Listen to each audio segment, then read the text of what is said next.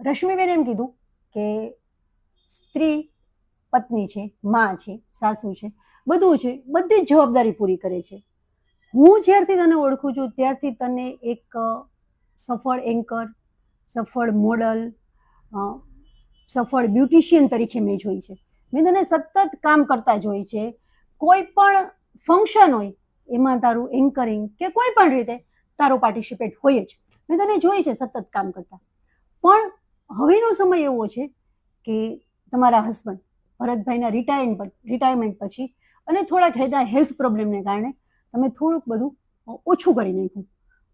સાવ તમે નીકળી નથી ગયા, પણ તમે થોડુંક ઓછું કર્યું, કારણ કે પહેલું પ્રેફરન્સ તમે ઘર પરિવારને આપ્યું.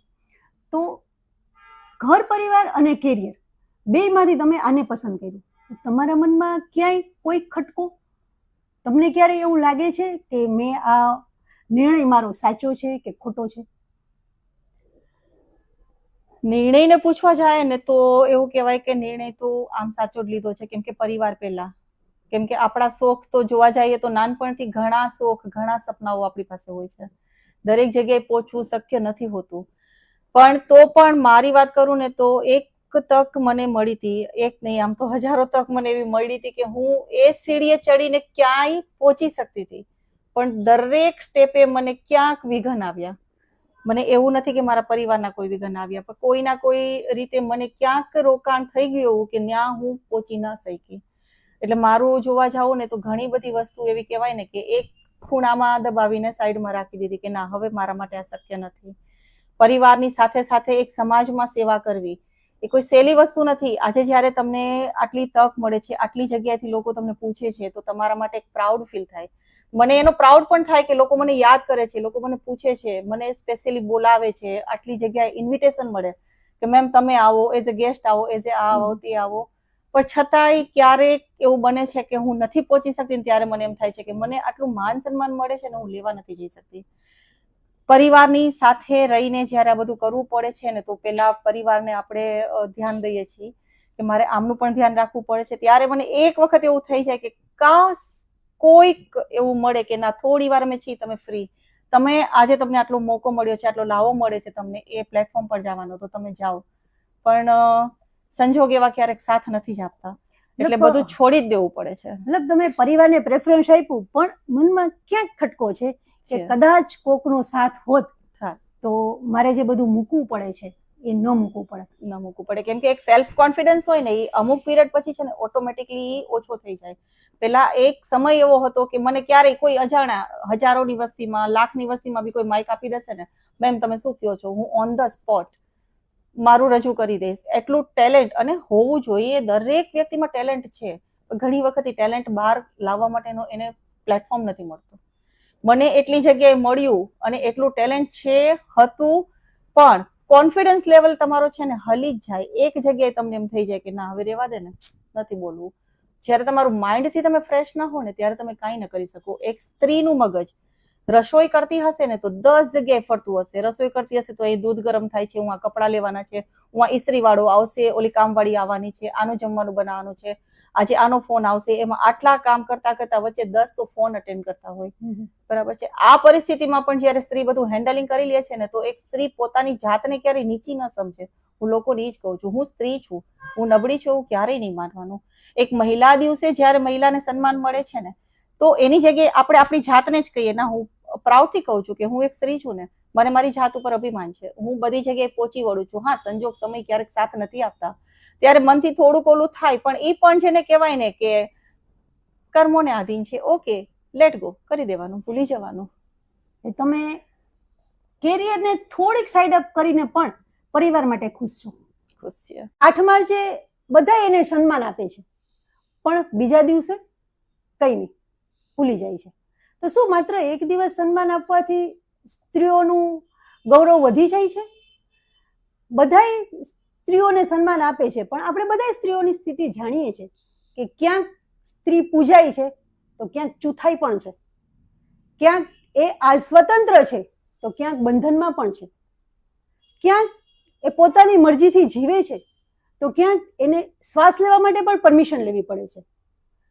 બધી સ્ત્રીઓની પરિસ્થિતિ એક સરખી નથી, પણ આપણે જોઈએ તો મોટા ભાગે આવું બનતું હોય છે કે પોતાની રીતે જીવી શકતી નથી અને એક આખું વર્ષ દબાયેલી સ્ત્રીને આ એક દિવસ પૂરતું સન્માન, બુકે, ગિફ્ટ આપવાથી એની પરિસ્થિતિ બદલી શકશે? તો ચારુબેન, આપ શું કહેશો? મહિલા દિવસની ઉજવણી આ એક દિવસ જરૂરી છે? મને કહેવામાં આવે ને તો હું એમ કહું કે મહિલા દિવસ એક જ દિવસ ઉજવણી થાય છે તો એ હંમેશા કાયમ રહેવું જોઈએ. આજે એક દિવસ ઉજવણી કરી, આજે એક દિવસ તમે મહિલાઓને યાદ રાખો છો, પછી બીજે દિવસે તમે બધું ભૂલી જાઓ છો, તો એવું ન હોવું જોઈએ. મહિલાઓને સન્માન મળે છે, નો ડાઉટ, એમાં કોઈ શંકા નથી. ઘરમાં પણ મળે છે, બહાર પણ એટલું સન્માન મળે છે. પણ જ્યારે એની સાથે કોઈ એવી તરછોડાઈથી વાત કરે, યા તો ઘણી વખત એવું થાય કે જ્યારે એને કોઈના સપોર્ટની જરૂર છે ઘરમાં કે પરિવારમાં કે બહારથી ક્યાંયથી ને ત્યારે એને જ્યારે સપોર્ટ નથી મળતો ને ત્યારે એને બહુ દુઃખ થાય છે કે મહિલા દિવસની જે ઉજવણીમાં મહિલાઓનું સન્માન કરે છે તો શું આ એક જ દિવસ પૂરતું હતું? આ એક જ દિવસ માટે હોય છે? અમારી બીજી કોઈ વેલ્યુ જ નથી? ફક્ત તમે આ મહિલા દિવસે જ અમને યાદ કરો છો?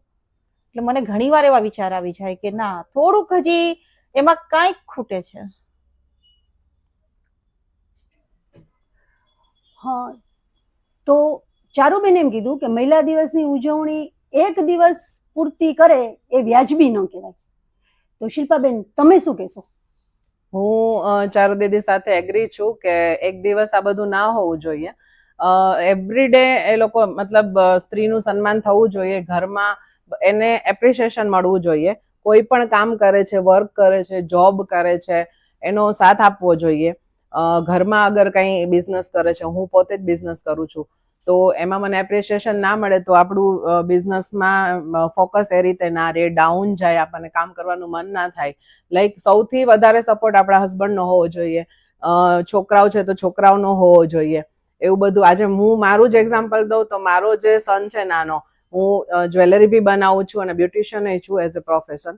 તો મારો જે સન છે એ મને જોઈને મને મતલબ કે મને પણ પેલું એને આવડતું હોય ને એવું નાની નાની વસ્તુ મને પોતાને બનાવડાવવા લાગે છે.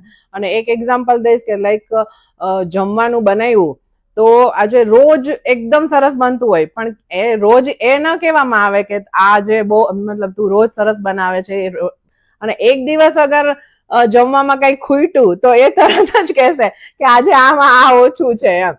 તો રોજ બનતું હોય છે ત્યારે કેમ નથી બોલતા કે એટલે એવું એપ્રિસિએશન એવરી ડે એવું મળવું જોઈએ મારા પોઈન્ટ ઓફ વ્યૂ થી કે રોજ સ્ત્રીઓને એપ્રિસિએશન જરૂરી છે.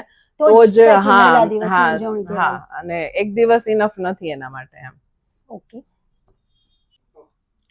હા રશ્મિબેન, શિલ્પાબેને હમણાં જ એમ એક વાત કરી કે રોજ સારા કામના વખાણ નથી થતા, પણ જો એક દિવસ ખરાબ કામ થઈ ગયું તો એ તરત પિન આઉટ કરવામાં આવે છે.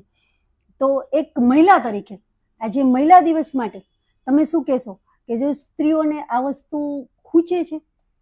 રાઈટ, કે એ સ્ત્રીને જે પોતાનું સન્માન જોઈએ છે એ બીજી કોઈ આશા નથી રાખતી. સ્ત્રી પોતા ઘરમાં કયો બહાર કયો એ એક જ વસ્તુની ઈચ્છે છે કે ભાઈ પોતાને સન્માન મળવું જોઈએ. અને એ જે એને સન્માન ન મળ્યું હોય અને એનું જે મીન્સ કે શિલ્પાએ વાત કરી એ રીતે તો એને સર ખૂચે જ છે. અને આજે સ્ત્રીને ડેઈલી સન્માન મળવું જોઈએ, કેમ કે સ્ત્રી વગરનું જીવન અધૂરું છે ગમે ત્યાં જશો તો બી. એટલે સ્ત્રી માટે તો ડેઈલી વુમન્સ ડે હોવો જોઈએ. એમ કે આજે કહે છે કે નારી તું નારાયણી, તો એ નારાયણી જ્યારે કામ કરે છે ત્યારે બધા હાથથી, બે હાથથી નહીં, 4 હાથ 6 હાથ એની પાસે હોય છે કે એ બધું કરી શકે. તો એ સ્ત્રી પાસે જે એટલું બધું તમને અપેક્ષા હોય કે ભાઈ મારા માટે આ બનાવે, ઓલું બનાવે, બધું બનાવે છે, બરોબર, તો એ સામે એટલી અપેક્ષા એ પણ રાખે ને કે ના બહુ સરસ બન્યું, તમે બહુ સરસ કરી શક્યા, તમારાથી સરસ થાય છે.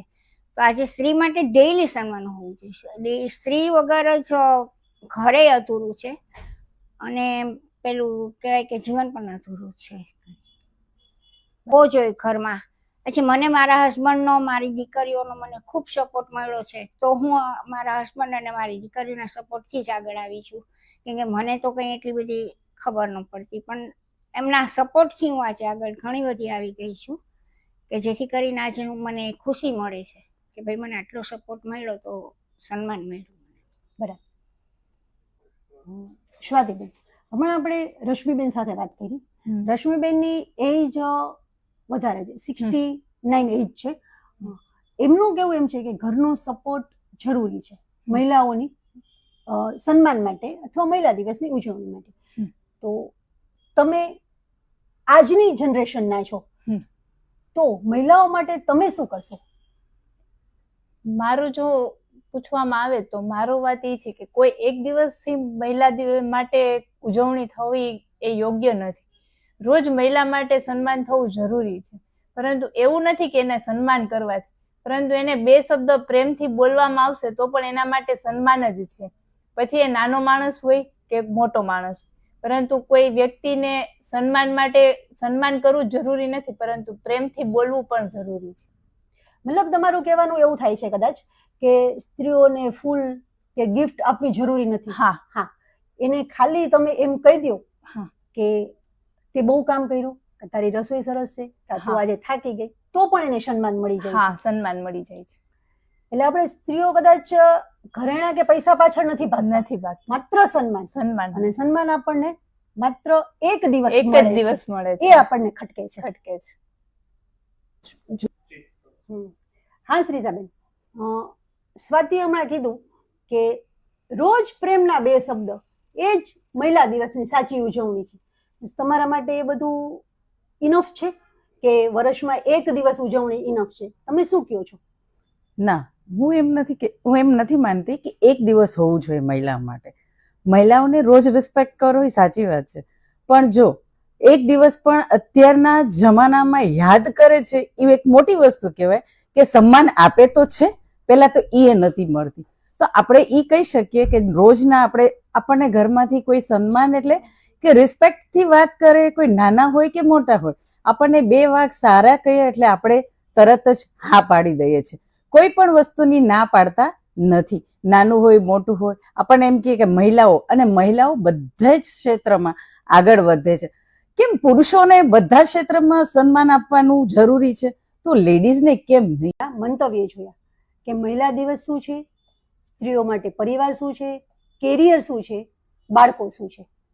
છેલ્લે હું કદાચ એટલું જ કહીશ કે આ જિંદગી ઘણા દુઃખોથી ભરેલી છે, પીડા અને દુઃખથી ભરેલી આ જિંદગી છે, છતાં હું ખુશ છું, કારણ કે હું સ્ત્રી છું. મને બધુંય આવડે છે. હું જતું કરું છું, સહન કરું છું, ગહન કરું છું, ગ્રહણ કરું છું, કારણ કે હું સ્ત્રી છું. આંસુ ભરેલી આંખોમાં આંસુ પણ છુપાવી લઉં છું, રડતા હૃદયે હસી પણ લઉં છું, કારણ કે હું સ્ત્રી છું. મારા માટે સૌથી મહત્વનું મારો પરિવાર, મારા બાળકો છે, કારણ કે હું સ્ત્રી છું. આભાર. હું દીપા સોની,